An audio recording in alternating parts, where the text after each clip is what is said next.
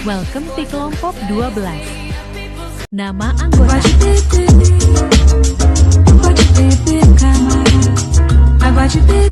vai morar na ML, você tá postando em mim, chamo de olho com F. Esse ano você quer, você vai morar na ML, você tá postando em mim, chamo de olho com F. Esse ano você quer, você Kami membahas tentang 1. Cara mengontrol pertumbuhan mikroba dengan zat kimia. 2. Tingkatan efektivitas bahan kimia untuk kontrol pertumbuhan mikroba. 3. Pemilihan limbah medis.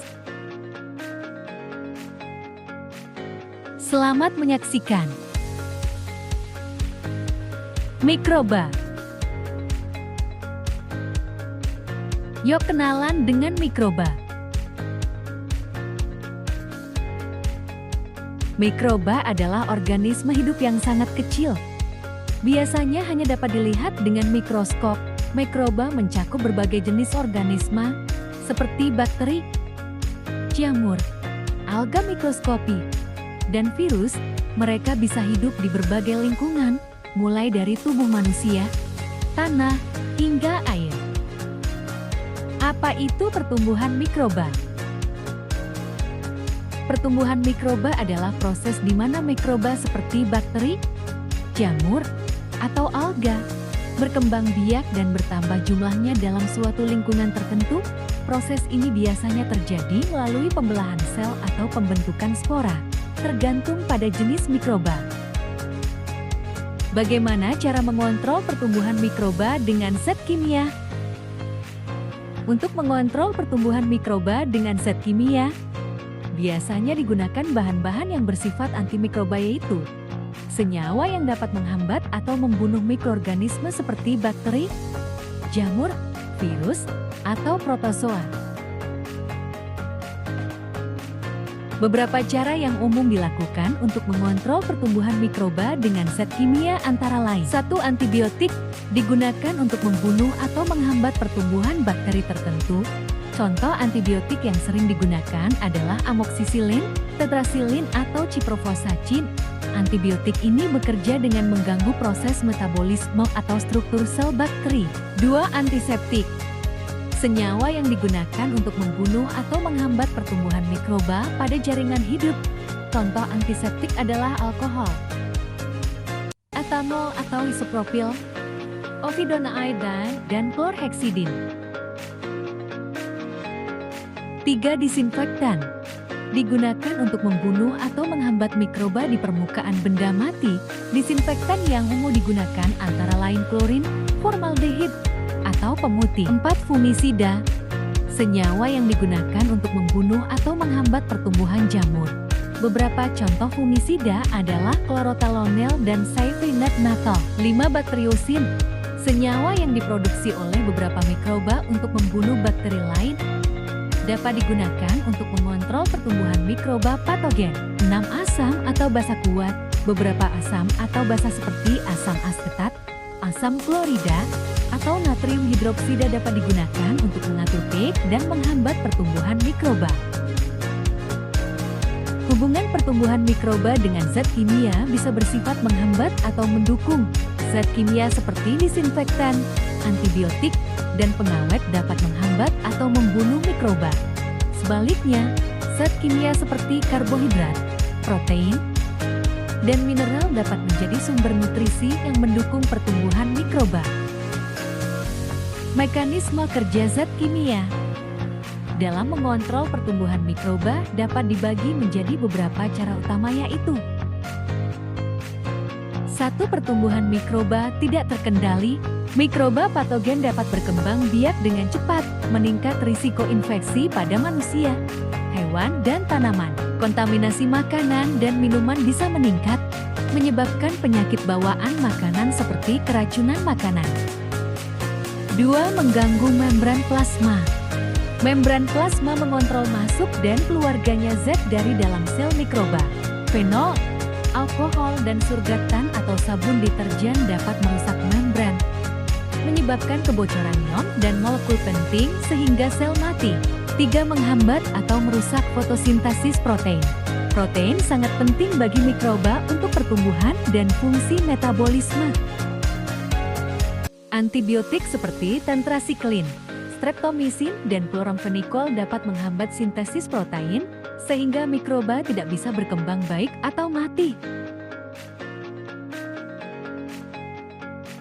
4. Menghambat sintesis DNA dan RNA. DNA dan RNA diperlukan untuk reproduksi dan pertumbuhan mikroba.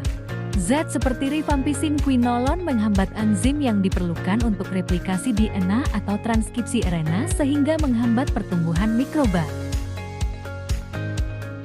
5. Mengganggu metabolisme sel mikroba. Banyak zat kimia bekerja dengan menghambat enzim atau proses metabolisme penting dalam sel mikroba. Asam organik, logam berat atau merkuri atau perak, dan gas etilen oksida dapat menginaktivasi enzim mikroba sehingga metabolisme dan menyebabkan kematian sel.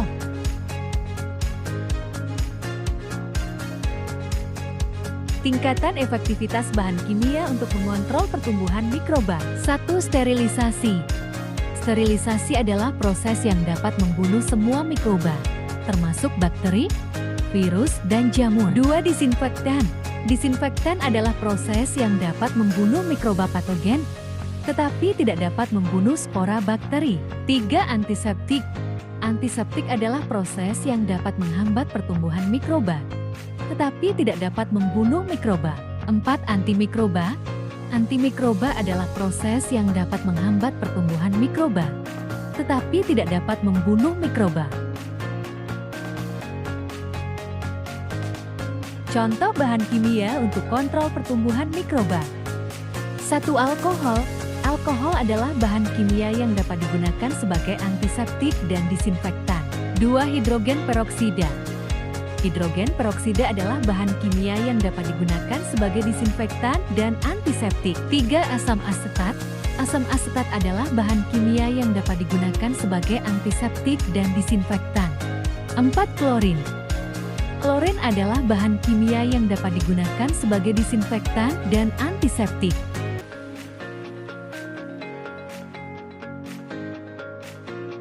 Cara pemilahan limbah medis.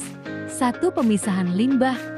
Limbah medis harus dipisahkan berdasarkan jenis dan sifatnya. 2. Penggunaan wadah yang tepat. Limbah medis harus disimpan dalam wadah yang tepat dan dibeli dengan jelas. 3. Pengelompokan limbah. Limbah medis harus dikelompokkan berdasarkan jenis dan sifatnya sebelum dibuang. 4. Penggunaan teknologi pengelolaan limbah. Teknologi pengelolaan limbah medis, seperti insinerator digunakan untuk mengelola limbah medis. Tujuan pemilahan limbah medis. 1. Mencegah penyebaran penyakit. Pemilahan limbah medis dapat mencegah penyebaran penyakit yang disebabkan oleh patogen. 2. Mengurangi risiko lingkungan. Pemilahan limbah medis dapat mengurangi risiko lingkungan yang disebabkan oleh limbah medis. 3. Menghemat sumber daya. Pemilahan limbah medis dapat menghemat sumber daya yang digunakan untuk mengelola limbah medis. Pemilahan limbah medis. Proses pemisahan dan pengelompokan limbah medis berdasarkan jenis dan sifatnya. Berikut adalah beberapa jenis limbah medis dan cara pemilahannya. Jenis limbah medis. 1. Limbah infeksius. Limbah yang mengandung patogen yang dapat menyebabkan infeksi, seperti perban yang terkontaminasi darah atau cairan tubuh lainnya. 2. Limbah patologis. Limbah yang berasal dari jaringan tubuh, seperti jaringan yang diangkat selama operasi atau autopsi. 3. Limbah kimia. Limbah yang mengandung bahan kimia berbahaya seperti obat-obatan, reagen laboratorium, atau bahan kimia lainnya. 4. Limbah radioaktif. Limbah yang mengandung bahan radioaktif seperti sisa-sisa obat radioaktif atau bahan radioaktif lainnya. 5. Limbah non-infeksius. Limbah yang tidak mengandung patogen, seperti kertas, plastik, atau bahan lainnya.